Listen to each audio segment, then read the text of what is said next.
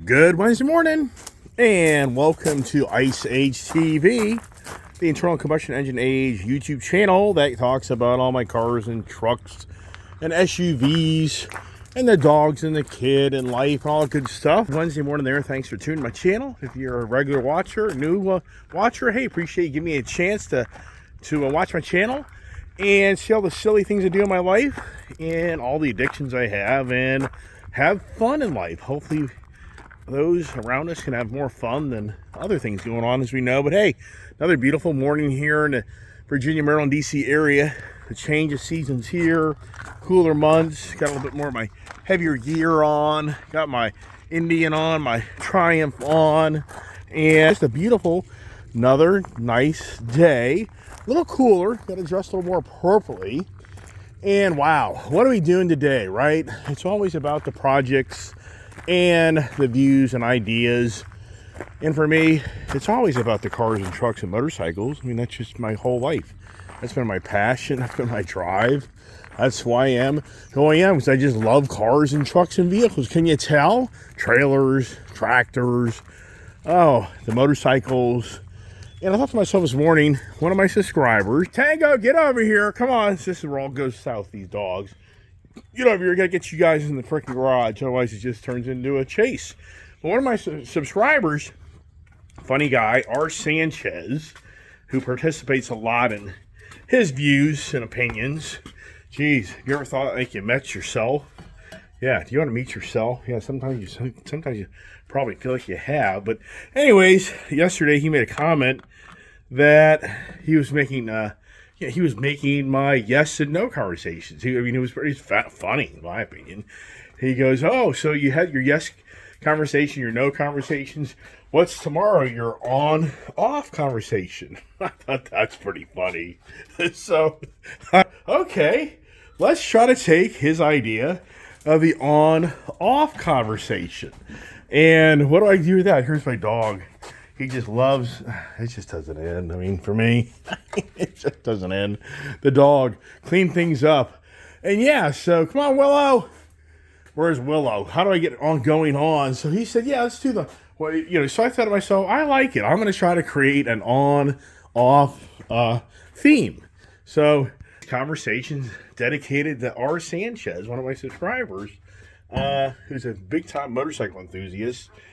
And I'm going to dedicate this to him. So if you're watching, here we go. So I thought to myself, when you have all these different vehicles like I have, I'm trying to contain, because my other dog is actually right now running amok, but I'm like, the other ones get out there.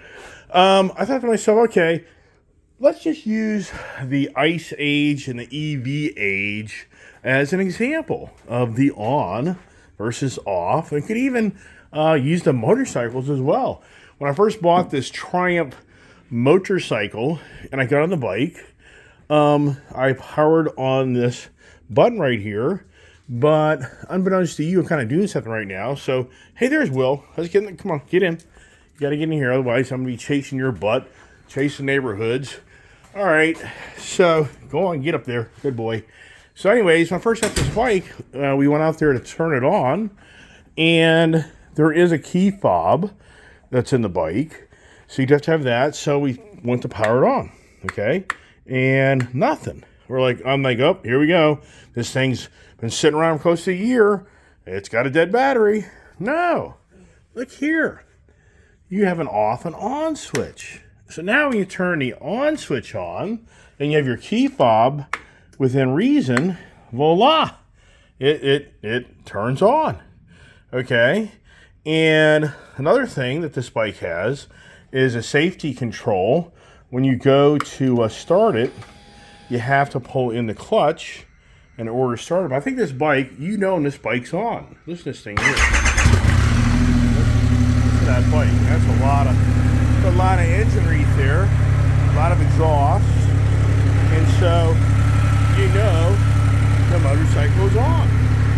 But I think this is pretty creative right here, because I think what I think is that turning this off maybe keeps the passive or your key fob I think it turns off maybe electronics, so it doesn't draw on the battery. That's a big problem.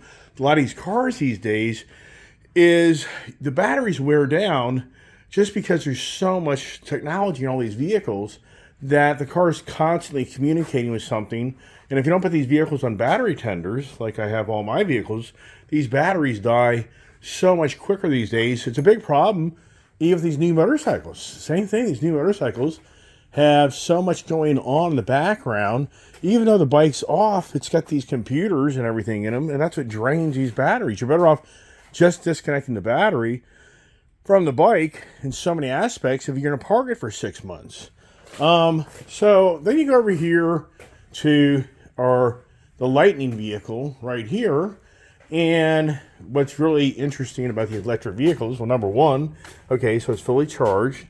I've been just charging the cars up lately because wife wants to use hers, and I'll probably use this because I kind of like to keep vehicles moving. Don't like to have vehicles just sit for a long, long time.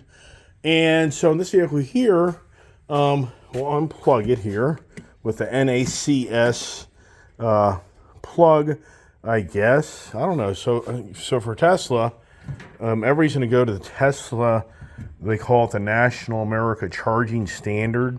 So Tesla is going to make all the manufacturers adapt to the Tesla charging capability. And I think I even have over here in one of my drawers that style plug that you have to use to interface with that vehicle. Where did I put that? It just doesn't end for me on so much stuff. And oh well, we'll let that go for right now. So anyways, the electric vehicle here, when you get in this vehicle, and if you're away from the vehicle, so I'll get the key out of here, and look what starts to happen when you get in here in my dirty truck per se. But so when you take this vehicle here, and you actually, if you're away from it, and you walk up to it, and you want to turn it on, you know, there you go. You turn it on. Okay, great, fantastic, right? Well, the vehicle's on.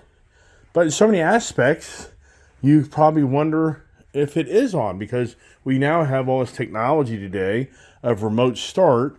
And when you do a remote start on these cars, you hear the exhaust turn on, and you know the vehicle is on.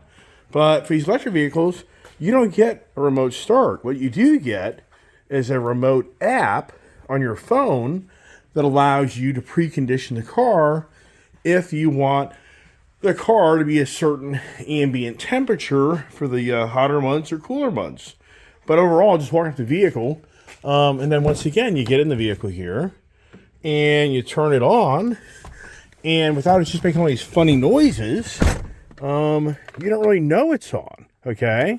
So I've turned it on. Now, wasn't for that jingle bell there, then you would already be like, is your vehicle on? Because there's no noise in this vehicle to actually make it, the vehicle doesn't feel like it's on. And so here, last night I charged up the vehicle, and it's showing right now 329 mile range. That's with optimal driving, and that's with a 131 kilowatt battery. Now, the other option in this truck is a 98 kilowatt battery, which my Ford Mustang has. And then I think your range goes to like 264 miles. And this vehicle here, I believe, has 580 horsepower and like 775 foot-pounds of torque. The 98 kilowatt battery, F-150, I believe is like 467 or 480. It's like a 100 horsepower difference for the different batteries. But this is the bigger battery pack that allows you to get more torque out of it for towing capability, which really isn't that lengthy if you pull the wrong trailer. And it gives you the longer distance for you to be able to drive. And let's see here if there's, so this shows right now that I've been averaging 2 miles per kilowatt. So if you take that, it's just a mathematical number. Miles times 131. Well, we know 2 times 1 is 2, which is 200. 2 times 31 would be, I guess, 62. So realistically, this is maybe a 262 mile range vehicle.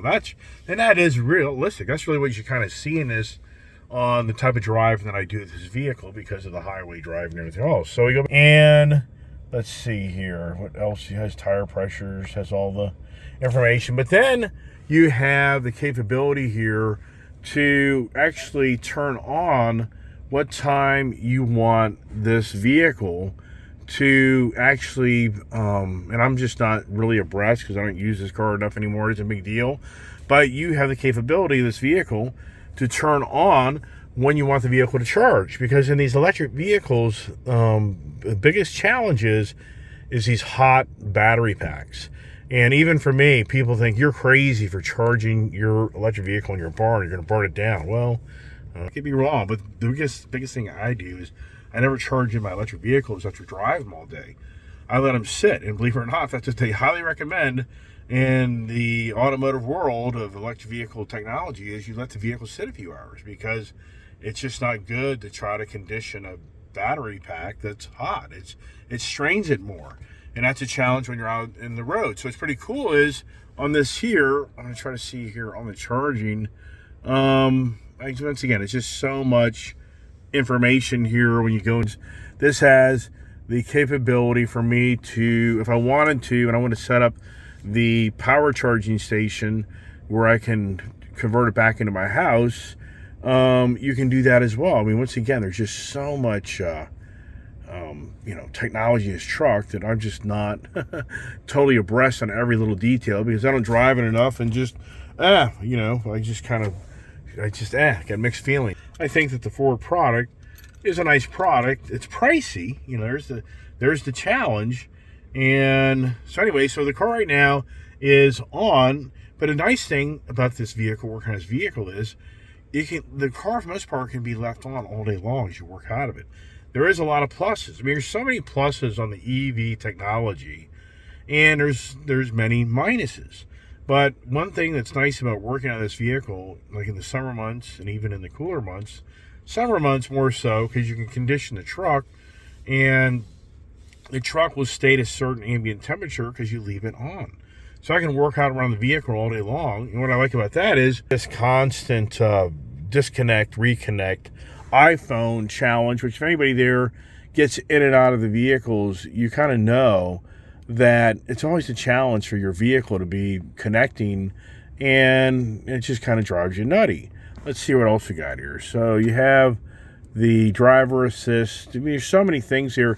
You get the normal mode, sport mode, off-road. So this is, once again, you can turn on your normal mode. You can turn on your sport mode, which I like the sport mode. It's a little bit more aggressive, gives you a little more power. You can turn on the tow haul, which you just really won't go. So it then takes the one pedal driver pause, okay, which I don't want to do that. I like the one pedal driving. That's another thing you can do is you can set up this vehicle for your one pedal driving. Let's see here, power tailgate, lighting. You have all these different features here where you can turn off and on the different ways of manage your money, remote start setup. You can control this from your phone. Let's see here. Your My Key. You can actually make your cell phone into your key for this vehicle, which is pretty cool. Rear occupant alert. That's really cool if you have kids so that you don't leave your child in the back seat. Trying to see here where the actual one pedal driving is. And, it's just so much stuff here that for me, it's like, oh my gosh. And then you get your cameras. So, and what's tonight? It'll get too lengthy for me to be figuring all this stuff out. So, but here's what's really interesting is you read about these vehicles here, and if you actually read the manual, it recommends that if this vehicle is going to sit for a while, that you don't let this vehicle be at 100% charge. It recommends you have it about 50% charge.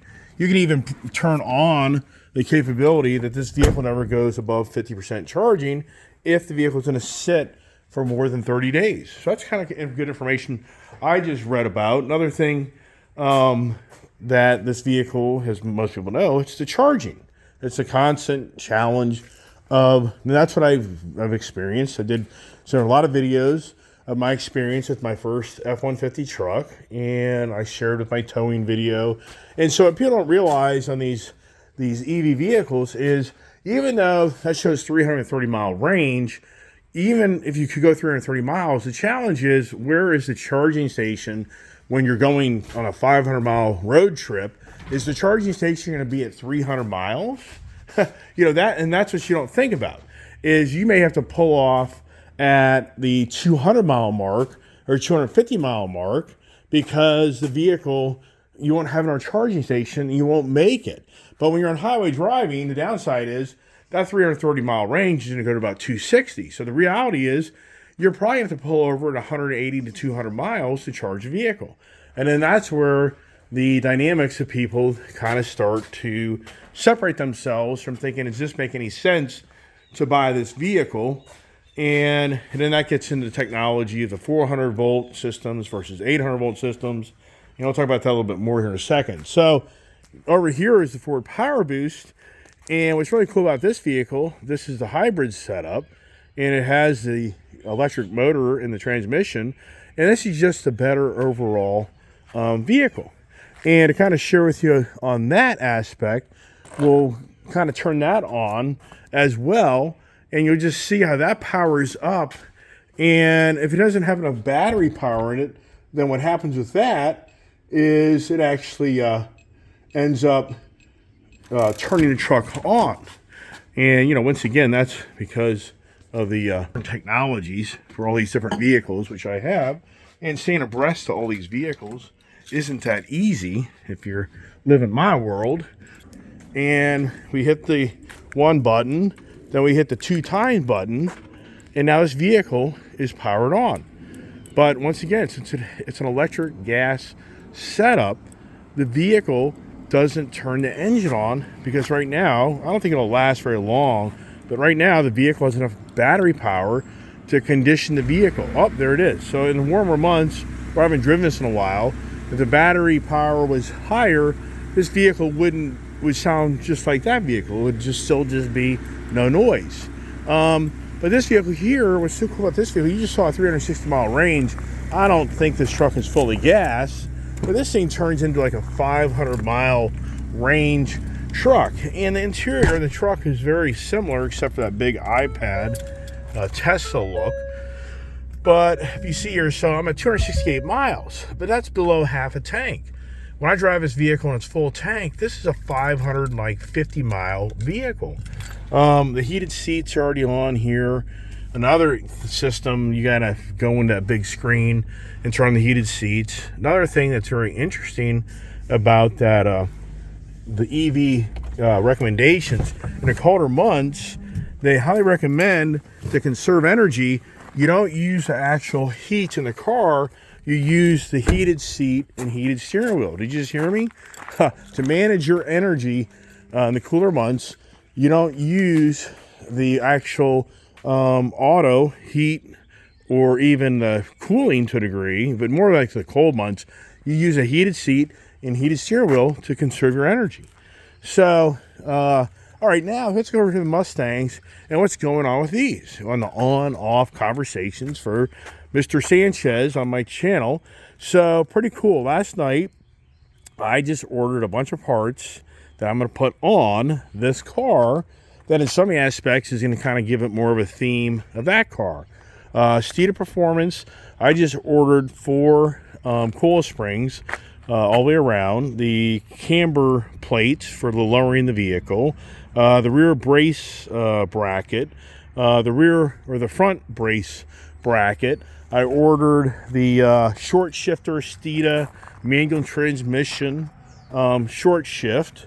I ordered the we already have the H pipe for the exhaust. I ordered the Roush just rear muffler exhaust for it. So here next week, hopefully next week at this time, this vehicle is going to be over in Kuhns, Baltimore Ford, and they're going to be putting all this stuff on my vehicle to give it a whole new look, feel, and sound, which I think is pretty exciting.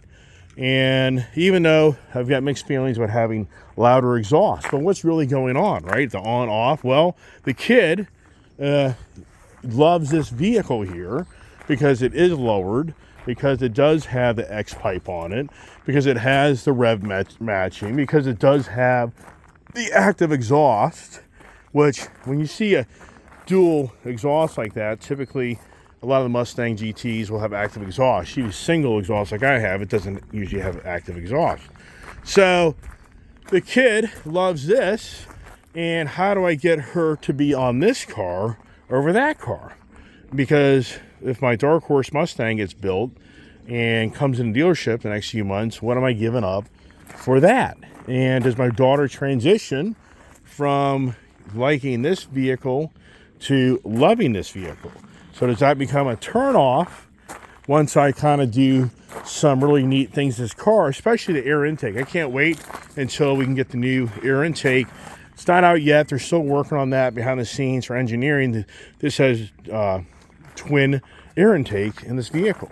Really, really cool. So I really like this vehicle, and it's not radically expensive.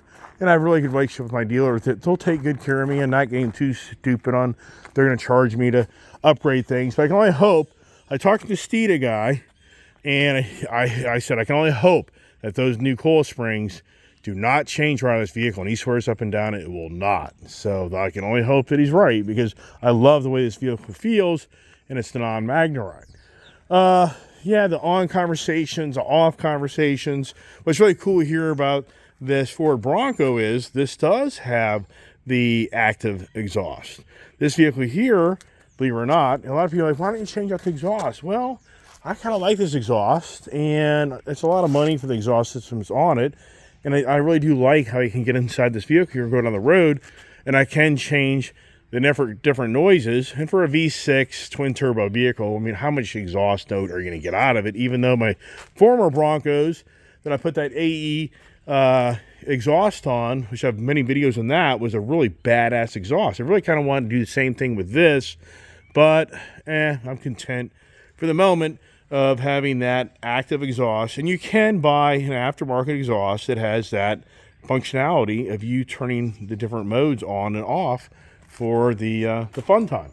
The Dodge product, I think, failed in so many ways because there's just so many things that let me get my coffee out of here, out of my other office. The Ford product, I think, has nice features that where you have the active exhaust, you have the engine rev matching, and when it comes over to the Dodge product, Dodge just never did that. So Dodge does not have the rev matching, and Dodge doesn't have the active exhaust. And I'm sure if some of these motorheads out there would be like, who cares? I don't care. I don't care. I always want my car to be loud. But if you live in the wrong neighborhood, you're going to irritate some people about the exhaust. This blue Dodge Charger over here is extremely loud. And I like it, and it's not too bad inside the car. But it would be nice if you did have a feature. Just you have to wonder yourself. But once again, these are such muscle cars, all out performance. My thoughts are, I'm drinking my coffee, so sorry about that. But my thoughts are that Dodge is just like, are you kidding me? People want the real noise. But here's the reality. The factory exhaust in these cars is so lame, it's pathetic. It's terrible. Versus the Ford Mustang GT, the new 2024 Ford Mustang GT, the exhaust is actually even better than the 23 GT Mustang. That's a fact. The Ford did a better job for the factory 2024 exhaust. There's so many ways I wish the person that ordered this car would have put active exhaust on it, because I wouldn't have to be putting on a new rear muffler system to try to get the exhaust out of that vehicle. But yes, the brand new 24 Mustang has a better sounding factory exhaust, to the point that I'm sure a lot of people may not even play with it. They would maybe do an H-pipe on it, which would help it, but it just sounds so good. So for Dodge, they're off on that one. The EV technology is just, it's incredible. If you ever really get into the depths of what's going on with the advancement of these vehicles, I mean, just think about this. Here is a vehicle in my garage. that is night and day from everything else in this garage, meaning how it's powered. How you have wheel motors. You have these big ass wheel motors. If you get up underneath here, these things are massive. Look at this back here. You see that?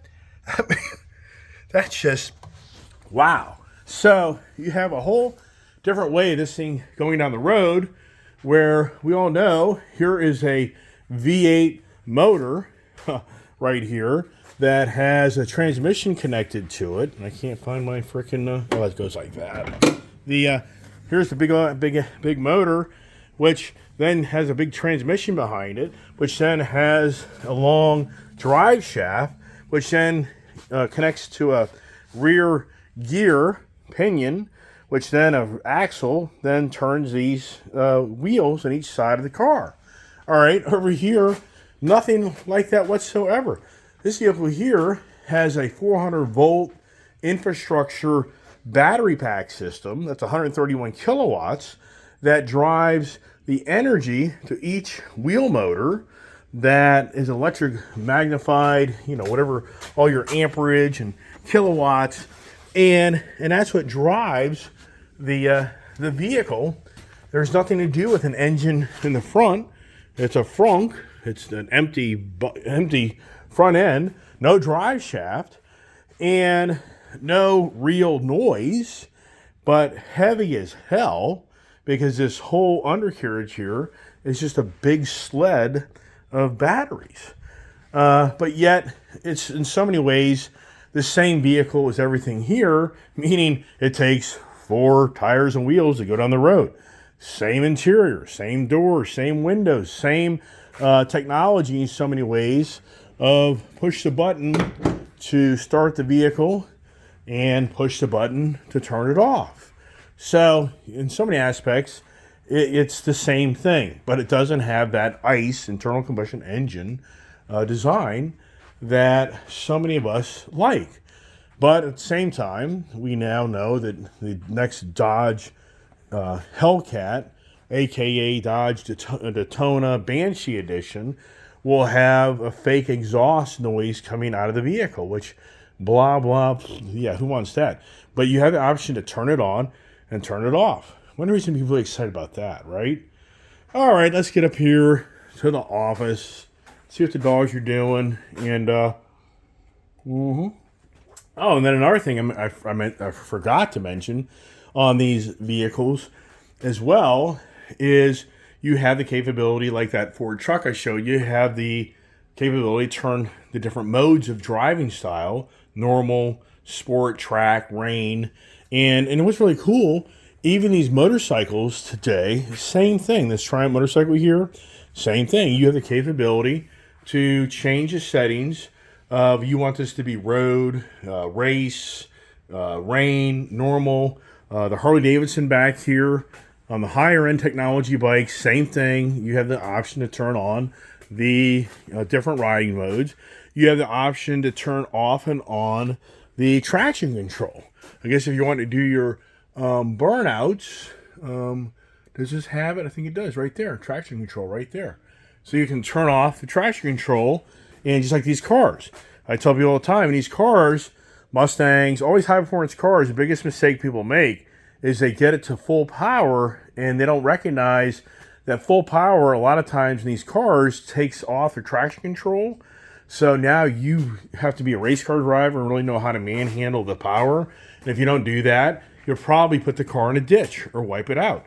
So when you take these cars and go to the race mode, sport mode, make sure you look at that little icon on the screen that shows the car doing a burnout and going sideways. You better turn back on your traction control, because that will probably save you from crashing your high performance car. The problem is these tires don't connect. So be sure to turn that back on when you go to that mode. Come on, pups. Let's get up here in the on-off conversations. And what is going on up here in the office? Wow, the dogs are behaving. You're guilty. What'd you do, right? And they're not like that. Yeah. But here's the thing. The technology in these EV vehicles is pretty incredible how, I mean, there's just so much going on.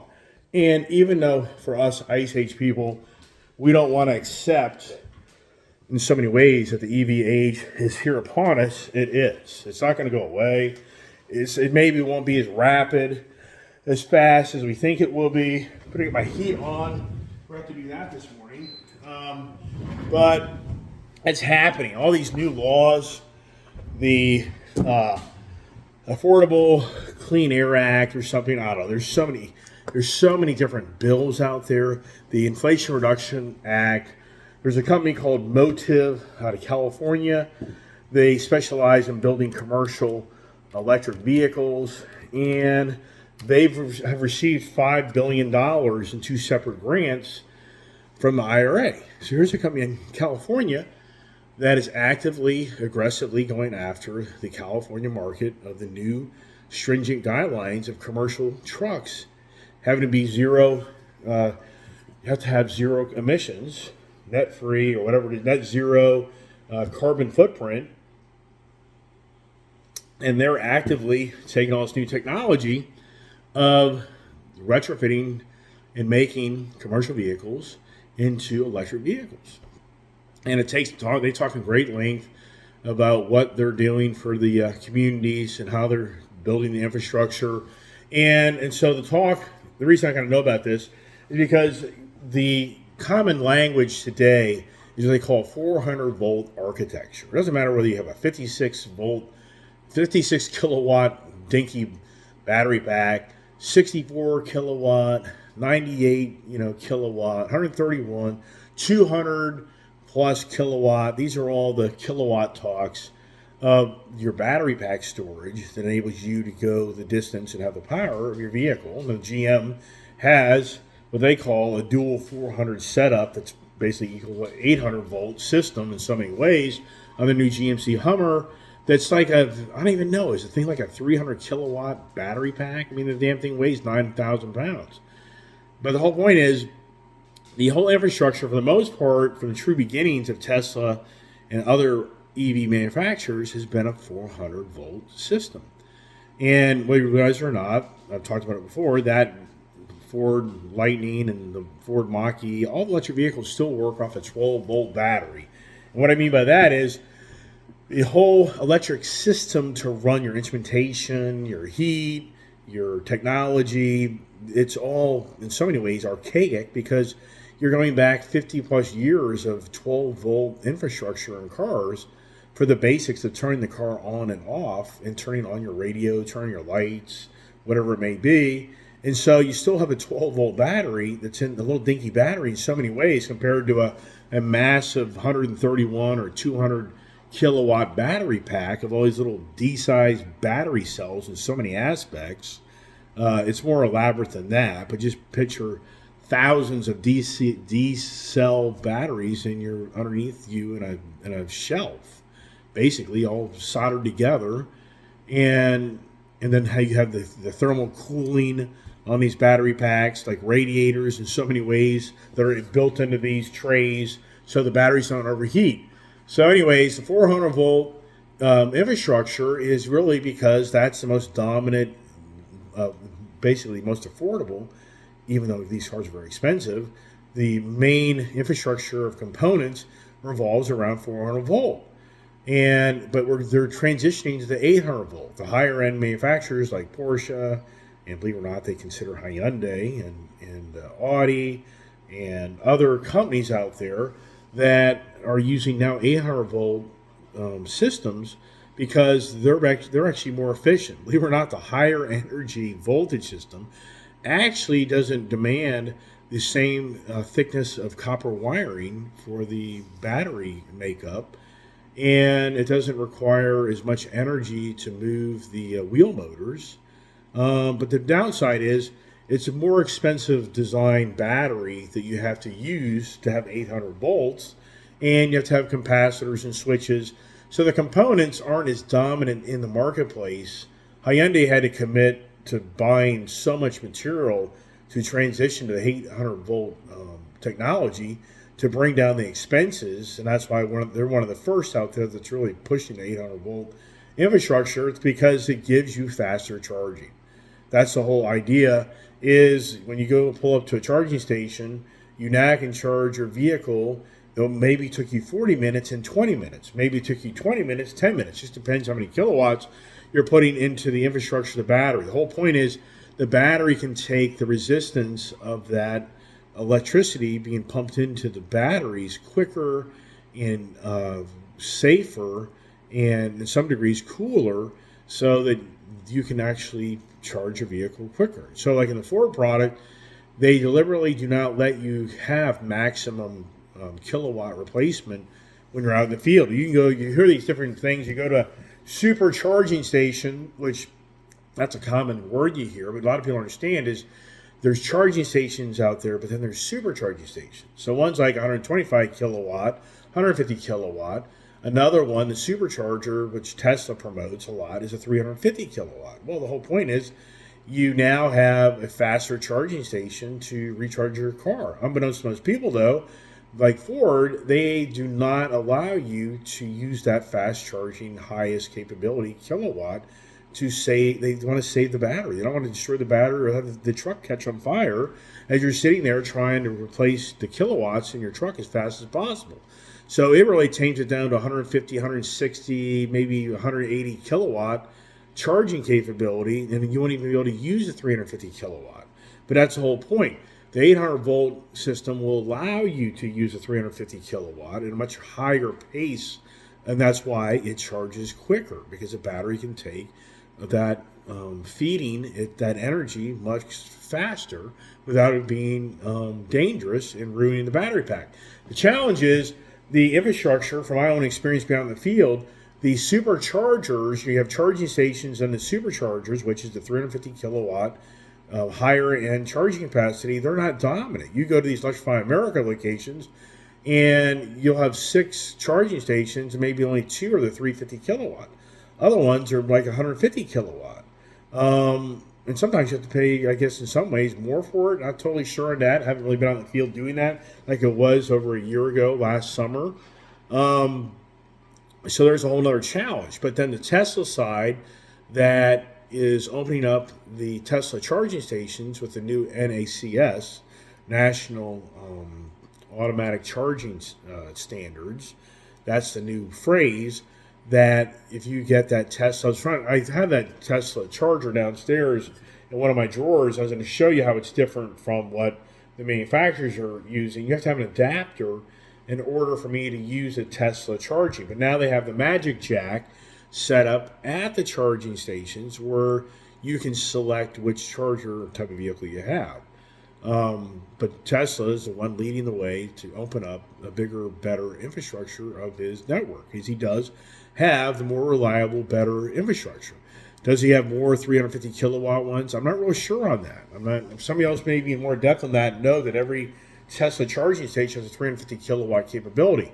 Behind the scenes, if you're the engineer or the guys making this stuff, you need bigger wiring, bigger electric capacity. There's a lot of things that go on behind the scenes to bring these charging stations to give you the capability to you turn on that charging, and your vehicle knows. And so what's interesting is your vehicle knows and the charging station knows on how to handle charging your vehicle. They talk to each other, so they turn on to each other. Oh, right, lots of information, but the electric technology, even though for me, as is said so many times, is I think so many people here just feel like it's something being shoved down your throat, and that's where you get turned off, and that's a challenge. But at the same time, the incredible amount of power that this new technology is bringing, I mean, there's no doubt. I mean, it's incredible how these performance vehicles I have are just going to be left in the dust by all these new EV vehicles that are coming to us sooner than later. But at the same time, I've talked about it, but what has turned off the consumers from buying these electric vehicles? Is it more knowledge? Is it more people watching my channel? They get the scoop of the reality of what it really is. Is it people just feel like it's too expensive? Was it a niche of people that went in the droves to get these electric vehicles, but now they've gone through the niche of people, and the majority just don't want this stuff because it's a known fact. Ford Lightning sales are down. Tons of orders have been canceled. Ford Mustang Mach-E sales are down dramatically. And actually the new EV market, as I talked about yesterday, In so many ways, the lights have turned off because they have 100-day inventory plus on a national average of EV vehicles. So, what's it going to take to turn back on the enthusiasm of people wanting to go out and buy EV vehicles? I think that it's a lot of things. It won't be one thing. I think it's going to be the price.